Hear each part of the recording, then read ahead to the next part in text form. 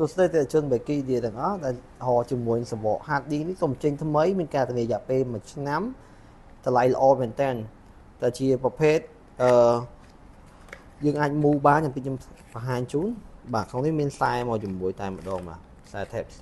ហើយមានប្រទេសនេះមួយសម្រាប់មូអញ្ចឹងយើងមកមើលទាំងអស់គ្នាដែលបងប្រុសគាត់យកជាមួយនឹង 2T Kingston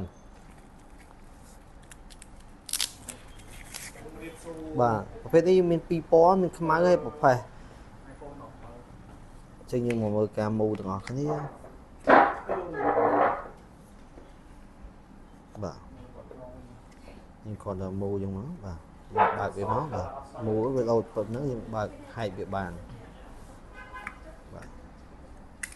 បាទខាងក្នុងយើងអាចដាក់បាន3សាយបាទអញ្ចឹងយើងមកហែកជាមួយនឹង Kingston ទាំងអស់គ្នា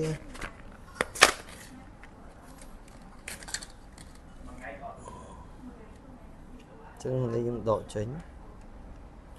ចឹងបងមានតម្រូវការចង់បាន bill ប្រភេទអញ្ចឹងអាចតាក់ទងមកក្នុង page Becky ដែលយើងបាន SD ក៏យើងមានការធានាដូចគ្នាធានាមួយឆ្នាំដូចគ្នាចឹងមកតម្រូវការតាក់ទង page បានអរគុណ